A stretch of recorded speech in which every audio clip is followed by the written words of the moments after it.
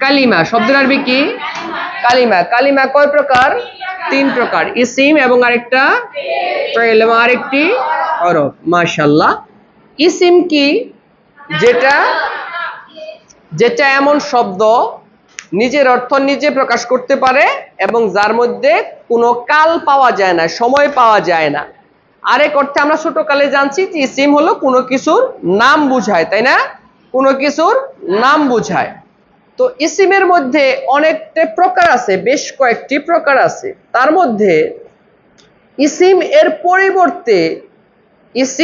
এর পরিবর্তে যেই শব্দকে ব্যবহার করা হয় ইসিম এর পরিবর্তে যেটাকে ব্যবহার করা হয় তাকে কি বলা হয় দমির বলা হয় কি বলা হয় দমির আমরা যেটাকে বাংলায় বলি কি সর্বনাম বাংলায় কি বলি আর ইংরেজিতে কি বলি মাশাআল্লাহ ইসিমের পরিবর্তে যেই শব্দ ব্যবহার করা হয় তার নাম হলো দমির এটাও কিন্তু আবার ইসিমেরই একটা প্রকার আরবিতে ইসিমেরই একটা প্রকার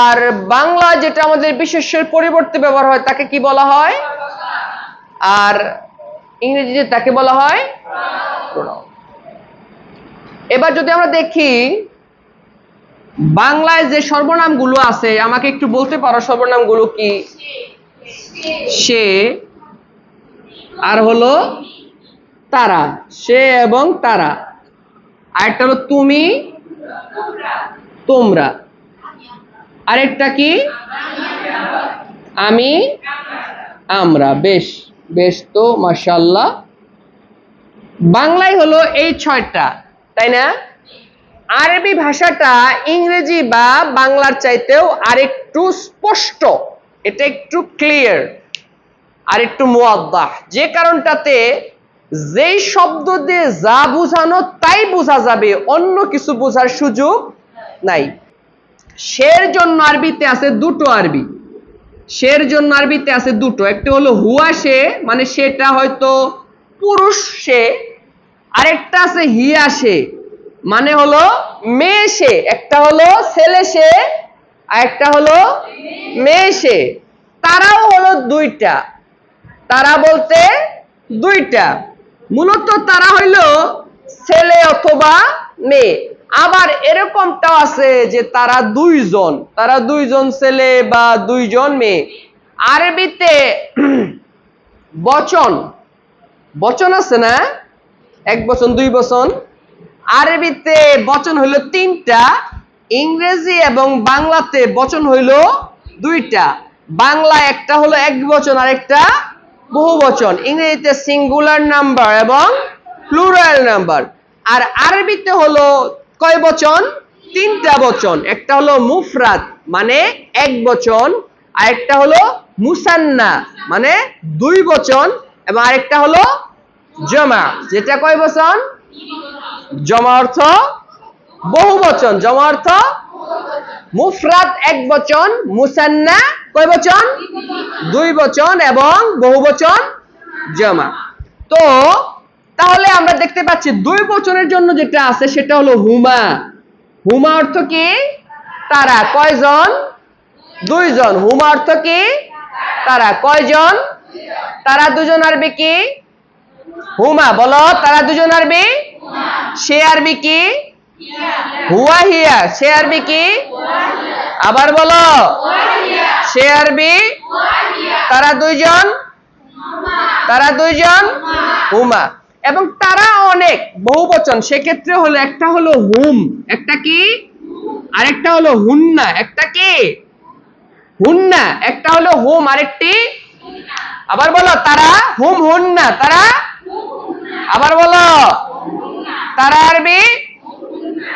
আরবি লিখিছো হ্যাঁ বেশ মাশাআল্লাহ এবার তুমি তো দুইটা তুমি হয়তো ছেলে নয়তো তুমি মেয়ে সেক্ষেত্রে আরবিতে হলো 2টা আবার একটা হলো আনতা তুমি একটা হলো আনতা আরেকটি হলো আনতি একটা হলো আনতা আরেকটা আনতি একটা হলো আনতা আরেকটা তুমি আরবি কি আনতা আনতি তুমি আরবি কি আবার বলেন তুমি আরবি এইবার হলো তোমরা, তোমরাটা আবার দুই বচন আছে কিন্তু তোমরা দুইজন, সেক্ষেত্রে হলো আনতুমা। সেক্ষেত্রে কি আনতুমা অর্থ কি তোমরা দুইজন কি আরবি, তোমরা দুইজন আরবি কি, আবার বলুন।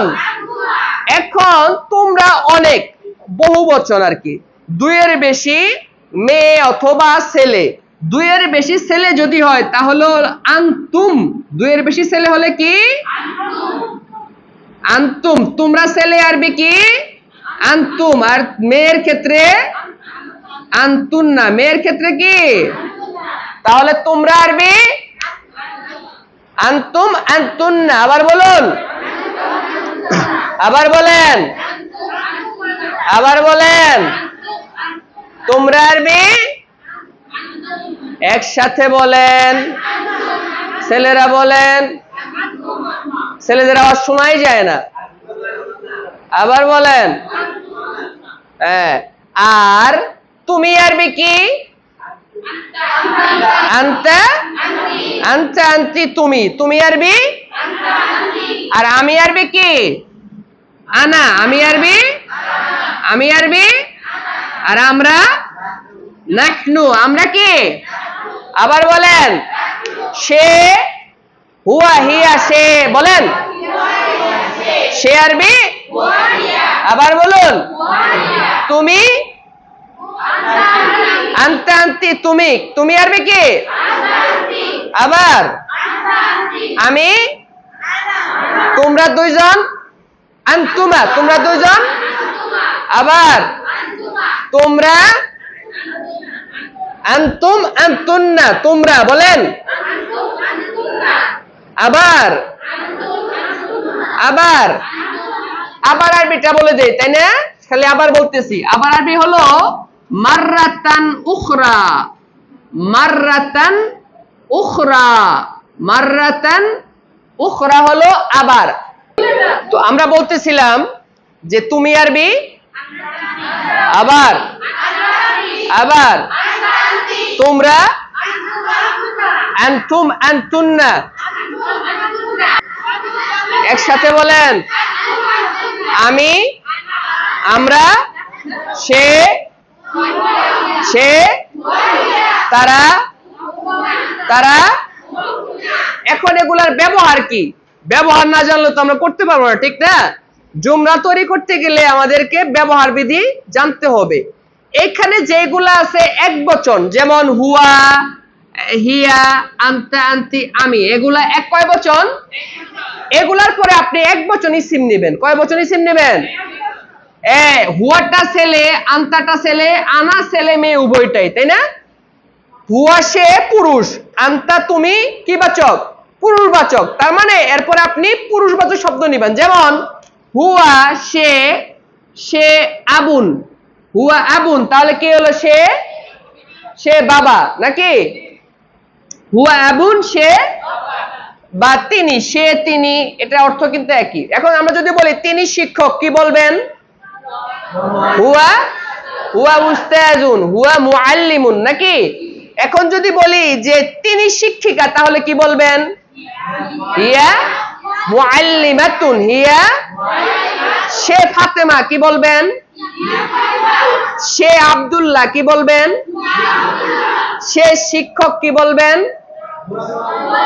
হুয়া, হুয়া মুআল্লিমাত, মুআল্লিমুন, সে শিক্ষিকা, এটা কি বলবেন, হিয়া মুআল্লিমাতুন। সে আয়েশা, কি বলবেন, তুমি আয়েশা, কি বলবেন, আনতি, তুমি আব্দুল্লাহ, কি বলবেন, আনতা আব্দুল্লাহ। তুমি ছাত্র, কি বলবেন, আনতা, আনতা ছাত্র, তালিবুন। আনতি ছাত্রী, কি বলবেন, আনতি তালিবাতুন। আমি ছাত্র, কিভাবে বলবেন, আমি ছাত্রী, আনা। আর এই যে হুম হুন্না, আনতুম আনতুন্না, নাহনু, এরপরে দিবেন বহু বচন, হুম আনতুম নাহনু, এরপরে দিবেন ছেলেবাচক হুন্না আনতুন্না, এরপর দিবেন কি মেয়েবাচক, স্ত্রীবাচক। তাহলে তারা ছাত্র কি বলবেন? তারা ছাত্র হুম তালিবুনা, হুম। আর তারা ছাত্রী কি বলবেন? হুন্না তালিবাতুন, একটু টানতে হবে, হুন্না তালিবাতুন। বুঝতেছেন? তুমি বলেন তো, তুমি বলো তো, আন্তি কুলি, সে ছাত্রী কি বলবেন? মাশাআল্লাহ, ইয়া তালিবাতুন ইজলিসি। আপনি কুল আনতা, আপনি বলবেন যে সে ছাত্র, জোরে বলেন, সে ছাত্র কি বলবেন? জোরে বলেন। সে তো ছাত্র, ছাত্র কি মুযাক্কার না মুয়ান্নাস, মানে পুরুষ না মেয়ে? ছাত্রটা পুরুষবাচক, তাহলে কি বলবেন? হুয়া। হ্যাঁ বলেন, হুয়া তালিবুন, মাশাআল্লাহ ইজলিস। আপনি বলেন তুমি আব্দুল্লাহ, কি বলবেন? আনতা আব্দুল্লাহ ইজলিস। আপনি আনতা, আপনি বলবেন যে আমরা ছাত্র, নাহনু তিলমিদুনা বা নাহনু তালিবুনা, নাহনু তুল্লাবুন ইজলিস। শুকরান। আপনি আপনি বলবেন যে আমরা ছাত্র ছাত্রী। ছাত্র ছাত্রী আরবি কি? এখানে লিখে দিয়েছিলাম কিন্তু আমরা সেদিন। ছাত্র ছাত্রী আরবি কি? ছাত্র ছাত্রী আরবি তলাবাতুন। ছাত্র ছাত্রী আরবি কি? তা আমরা ছাত্র ছাত্রী নাহনু তলাবাতুন, নাহনু তলাবাতুন, পর মতো করে বলবেন নাহনু। আবার বলেন আমরা ছাত্র ছাত্রী। এই যে লিখছি, শুকরান।